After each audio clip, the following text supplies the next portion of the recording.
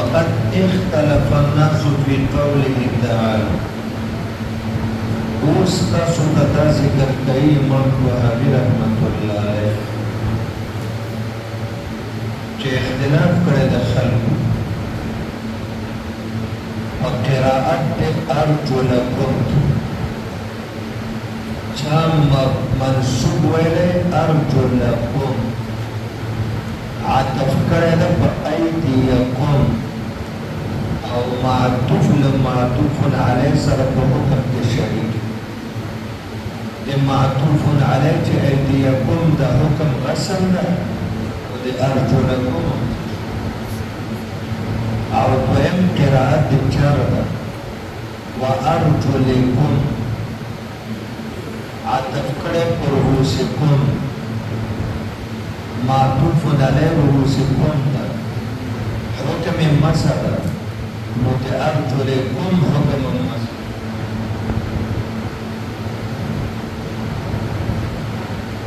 د دې عنوان نه خلق تعبیرات بدلوي را بدلوي بعضو علماء قیاس کړی ده ارجل په رؤوسو باندې وظیفه مسح بعضو قیاس کړی په ایدیکم باندې مسح د دې وظیفه مسح خو د جمهور صحابه کرام تابعین تبع تابعین د جمهور فقها او محدثین اتفاق په غسل باندې چې موضوع په خپل کې نه یو قدرت په استعمال لرو باندې هوا موانع نه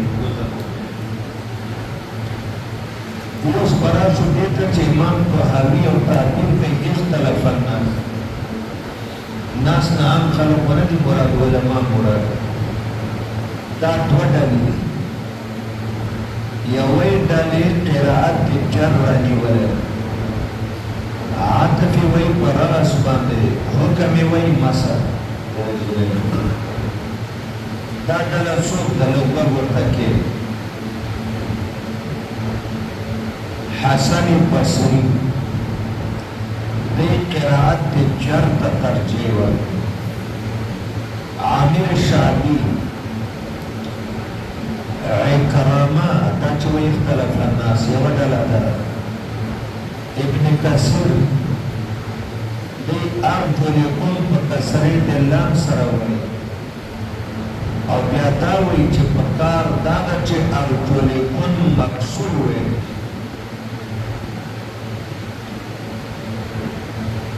دلته اوس یو دویم تعبیر هم ورسره د دې علماو نه دومره ثابته شوه چې د جر قرائت اولا جر قرائت او د ناس دویم مثلا اهل تشیع دي روافض شیعان او روافض وایي چې ارجو لکم قرائت ته رؤوسکم عطف ته وظیفه مسح هغه د امامیو خبره مې ده صاحب دی کتاب چې دی ذکر کوي وایي فاصابه قوم الى قوله وامسحوا برؤوسکم او عطف کړی ده یو قوم ارجو لکم په رؤوسکم باندې نو قوم مې درته وویل چې حسن بصری عامر شعبی اکرمه ابن کثیر او اهل تشیع کې امامیه قصرا على معنى وامسحوا برؤوسکم وارجلکم دې خبره منحصر کړې ده چې په سر مسح کوئ او په پښو باندې مسح او بیا څه وایي دي وروسته وعصابهم قوم الى قول فاغسلوا وجوهکم وایدیکم او یو قوم ده چې هغې عطف کړی ده ارجلکم په وجوهکم ایدیکم مانا دای ویلی دی چې قرائت د نصب اولا دا څوک دی چې دی وایي قرائت منصوب ویل پکار او د نصب قرائت راجحه د دې نه څوک مراد دي دوه ډلې اوس ګوره عبد الله بن مسعود دی وی چې دا ارجلکم عطف ده په وجوهکم ایدیکم. عبد الله بن عباس، عروه بن زبیر دی ارجلکم په نسب د لام باندې وایي او داسې نه وایي وایي پکار دا ده وره دا ده مناسبه ده چې ارجلکم د مفتوح او منصوب وایي. د دې خلکو نه ذکر چې کوي واضافه القوم دا قوم نه دغه مراد. او دویم اهل السنة والجماعة، اهل التسنن دوی نه دا قوم مراد. اهل التسنن و اهل السنت وایي. اهل السنت کې څلور واړه مذاهب شامل دي. دوی دا فرمایي چې وظیفه د رجلانو غسل ده او مسح ده. فاضافه قوم اهل السنت اهل التسنن د شیعو مقرر. او ابن مسعود، ابن عباس، ابن زبیر دی ترجیح ورکوي قرائت د نصب ته په ضرورت. د ټکو باندې پوهېږو لکه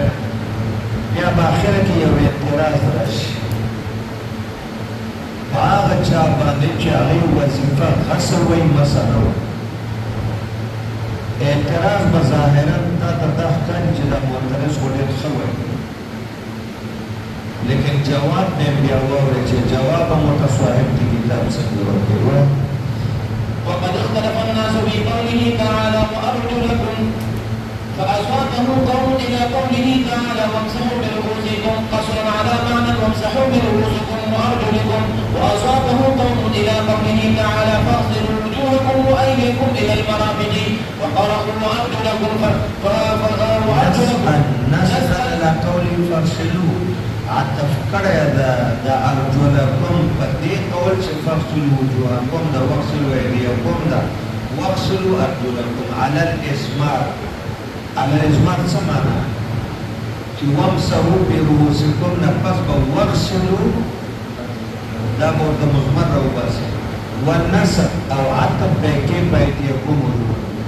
یا به واغسلوا ورته مضمر راوباسي یا به نسب کې نسب د عطف الف. وقد اختلفوا في ذلك أصحاب رسول الله صلى الله عليه وسلم ومن دونهم، فمما روي عنهم في ذلك من دونهم مراد تابعين تبع تابعين. ما حدثنا ابن مرزوق قال حدثنا أبو داود عن قيس عن عاصم عن زر أن عبد الله بن مسعود رضي الله عنه قرأ وأرجلكم بالفتح. وبه قال حدثنا ابن مرزوق قال حدثنا يعقوب بن إسحاق قال حدثنا عبد الوارث بن سعيد ووهيب بن خالد عن خالد الحذائي عن عكرمة عن ابن عباس رضي الله عنهما أنه قرأ هكذلك. وبه قال حدثنا ابن مرزوق قال حدثنا يعقوب قال حدثنا ابن الوارث عن علي بن زيد عن يوسف بن مهران عن ابن عباس رضي الله عنهما مثله. وبه قال حدثنا محمد بن خزيمة قال حدثنا سعيد بن منصور قال سمعته شيخا يقول أخبرنا خالد الحذائي عن عكرمة عن ابن عباس رضي الله عنه أنه قرأ هكذلك وقال عاد إلى الغسل. هذا حكم دخورة كرزيدري ده غسل ده غسل.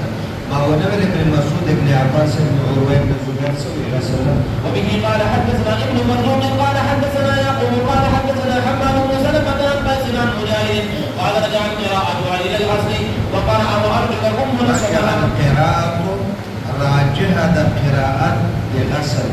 لغسل قراءة جرد لنسب ده لنسب ده كان. وبه قال حدثنا ابن مرزوق قال حدثنا ابو داود قال بهذا التخفف وعدم التخفف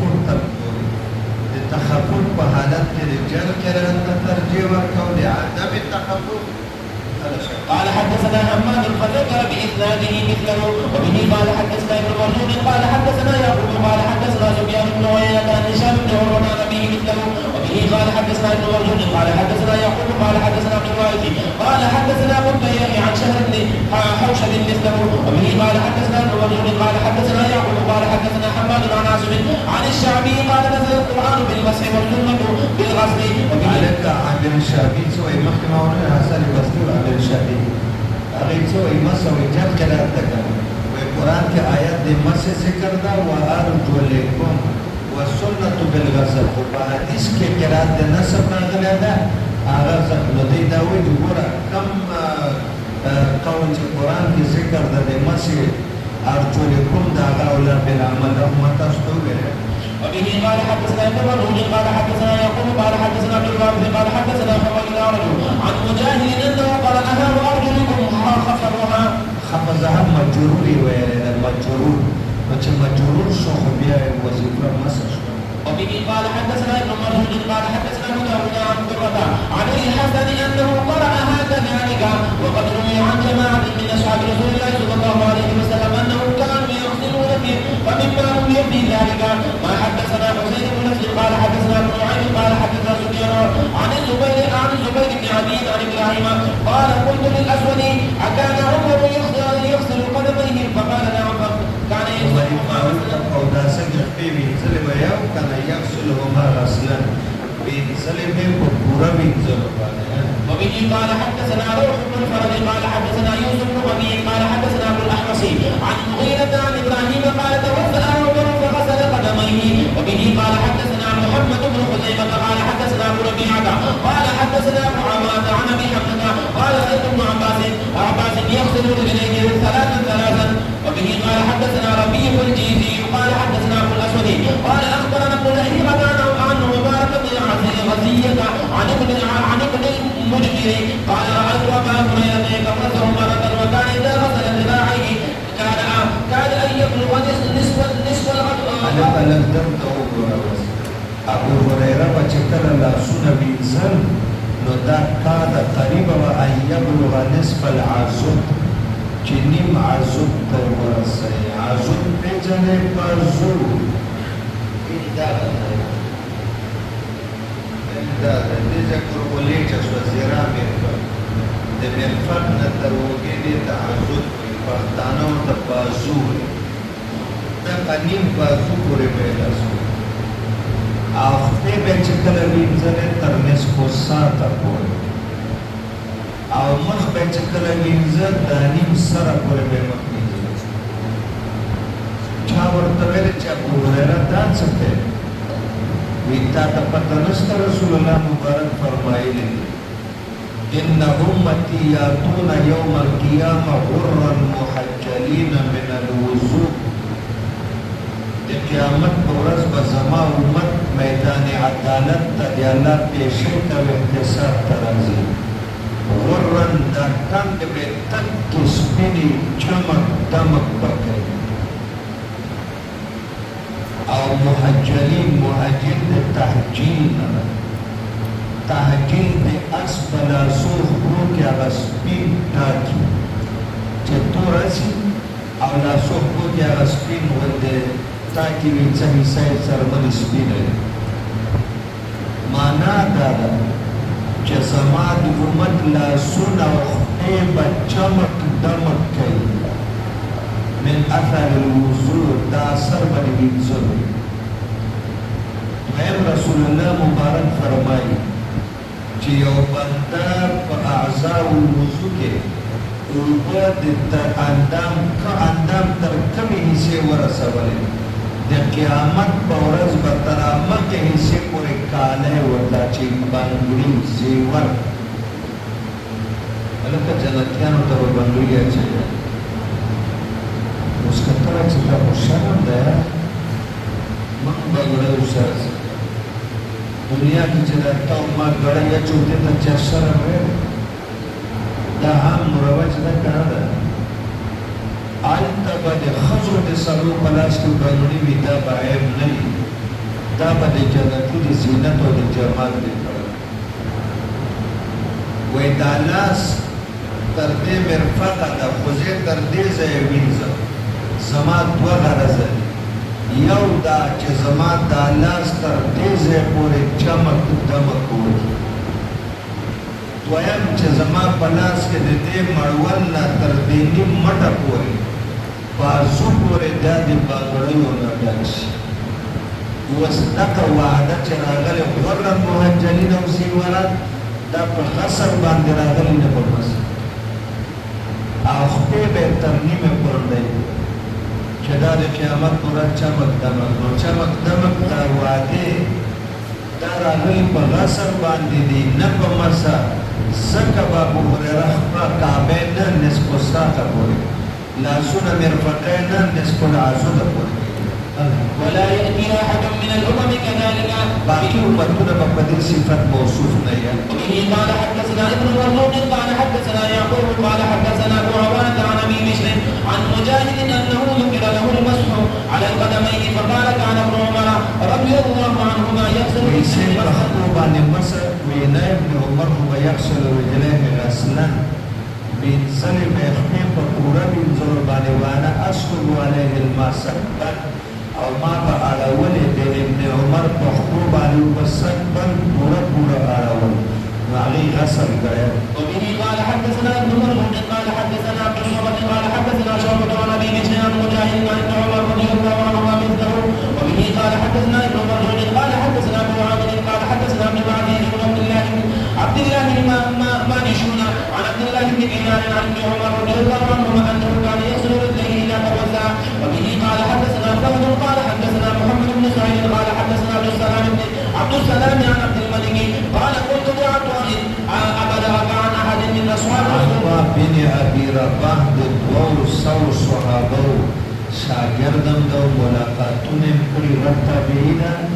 ته ما وویلې آیا تا ته دا خبره رسېدلې ده له یو صحابي د اصحابو د نبي پاک نه چې د مسح کړي په خپلو باندې قدمونو باندې قاله نه 200 صحابو سره چې د چا واسطه راغلي او هغه نه څوک تپوس وکړي د یو صحابي په حواله تا ته علم شته چې هغه په قدمونو خپل مسح کړي وی لا وقد زعم زاعم ان النظر دا ما تاسو ته ویلي چې باب ختمیږي یو اعتراض به راځي هغه چا چې هغې وایي وظیفه غسل د مسح او صاحب د کتاب باندې اعتراض جواب اعتراض سره وی دلیل عقلی او قیاس هم دا تقاضا کوي چې پښتو د مسح وشي نه غسل پښتو د څه وشي نه غسل وایي ځکه ګوره کله چې اوبه وي نو مخ لاس وینځلی کېږي او چې اوبه نه وي فإن لم تجدوا ماء فتیمموا اعضاء الوضو څلور دي مخ لاس سر او پښې وایي په تیمم کې مسح په مخ او لاس کېږي او په سر او پښو باندې نه کېږي همداسې ده که نه من چې اوبه نه یو تیمم کوو خو مسح په مخ ضربة للوجه و ضربة للید په سر هم مسح نه کوو او په خپو یې نه کوو وایي د قیاس تقاضا ده چې د خپو مناسبت د رأس سره ډېر څنګه چې په سر باندې تیمم کې مسح نشته نو په خپو نشته نو قیاس جلی دا وایي چې باید تحقیق قیاس شي په سر او د سر وظیفه مسح ده او د خپو وظیفه مسح ولې د کمو اعضاو غسل چې ساکت ده خلیفه مسح د مخ او د راس خو د سر مسح او د خپو غسل ساکت دي وظیفه مسح نشته په تیمم کې په یوم مسح نشته نو د دې دواړو خپلو کې جوړ مناسبه په کار داره چې دا د منګه مسح وو د دې مناسبت د راس سره دی من وایي یوره ته دا وایې چې کله ما غسل ساکت شي او بدل وي مسح نو صحیح ده چې بدل یې نه وي د هغې موږ هم ساکت دي یو سړی جنوبه شوی یا اوبه نشته یا اوبه شته یخې دي که دی ولامې بیمارېږي یا بیمار نه مړ کېږي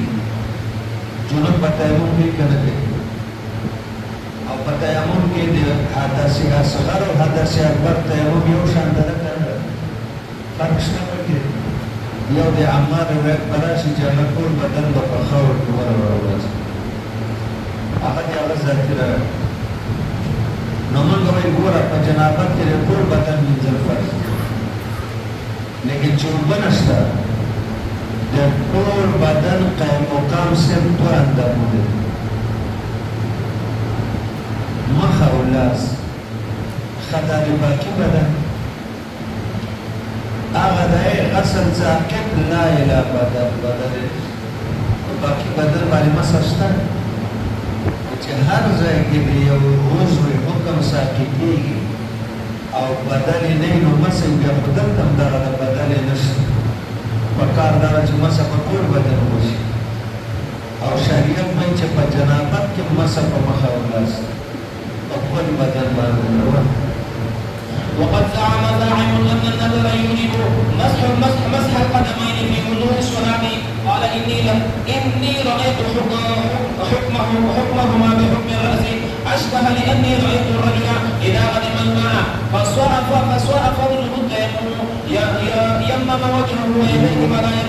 يمم وجهه ويديه تيمم وركي مسكي بمخ وكلاسه ولا ييمم راسه ولا رجليه او مسح السر وفخه ودنته فلما كان عدم الماء يسقط فرض غسل الوجه واليدين الى فرض اخر وهو التيمم چوبنی دیو حکم چې غسل د ساکن شو بل فرض راغی چې هغه تیمم ويسقط فرض الراس والرجلين لا الى فرض او د سر او د خپل حکم ساکن شو لیکن دا بل فرض د دې بدل نشته ثبت بذلك ان حکم الرجلين چې حکم د خپل په حال وجود دی وګو کې کا حکم الراس ولی مناسبت دې سره د الله په حکم الوجه واليدين فكان من الحجة دا جواب سؤال أن رأينا أشياء يكون فرضها الغسل في حال وجود الماء ثم يسقط ذلك الفرض في حال عدم الماء لا إلى فرض من ذلك الجنب ډېر شیان لیدلي دي چې د هغې حکم دی چې وینځل فرض چې اوبه وي او نه حکم ساقطېږي ولا إلى فرض بل فرض ته نه لکه جنوب عليه أن يغسل سائر بدنه بالماء في حال وجوده وإن عدم الماء وجب عليه التيمم في وجهه ويديه فأسقط فرض حكم سائر بدنه هغه د ټول بدن حکم ساقط د بعد الوجه واليدين لا إلى بدل او د دې بدیل نشته د غسل بدیل مثلا نشته فلم يكن ذلك بدليل ان ما سبق فرضه من ذلك لا الى بدل كان فرضه في حال على دا چا ویلي دي چې د یو اندام فرضي حکم ساقط شي لا الى بدل او د هغې بدیل بدل نه نو د هغه وظیفه به په حال د وجود د اوبو کې بس دا دلته چا ویلي دي نو دا خپل هغه ټول بدن حکم ساقط د اوبه نشته لیکن په حال د وجود د اوبو کې به بیا مزه په بدن نشته که نه فكذلك ايضا لا يكون سقوط فرض الرجلين في حال عدم الماء الى بدل بدليل ان حكمهما كان في حال وجود الماء هو المسح فبطلت بذلك علة المخالف نو باطل شو زمن په جواب باندې هغه علت چې بیان کړو په قیاسي جلی کې مخالف او قیاس کړو کنه وقت زعم ظاهر هغه چې کوم علت ذکر کړو چې هغه ګوره په تیمم کې بسرم مثلا شتو بخو حکم ساکت غسل لا اله بدل نو بچ دې کوم حکم لا اله بدل ساکتېږي دی هغه وظیفه مسه اذا كان قد لزمه في قوله زکا چې په من باندې کوم اعتراض کېده هغه بیرته په دوی باندې وشو لازم شو په ده باندې د په اعتراض کې ما الزم خصم هغه څه چې د په جانب مقابل لازم کړي په من احناف وایي چې څه لازم کړي چې د یو اندام حکم ساکت شي فرض لا اله بدل وظیفه مسح وای کنه جنوب سری هغه د اوبه نشته او حکم ساکت د ټول بدن په ځای مخ او لاس مسله وای کنه چې بدیل نشته نو په اوبه یې په دې باندې به مسله یا دا تاسو نه وایي چې کوم اعتراض په من کې دا په تاسو چې کوم جواب تاسو کوي هغه جواب زمونږ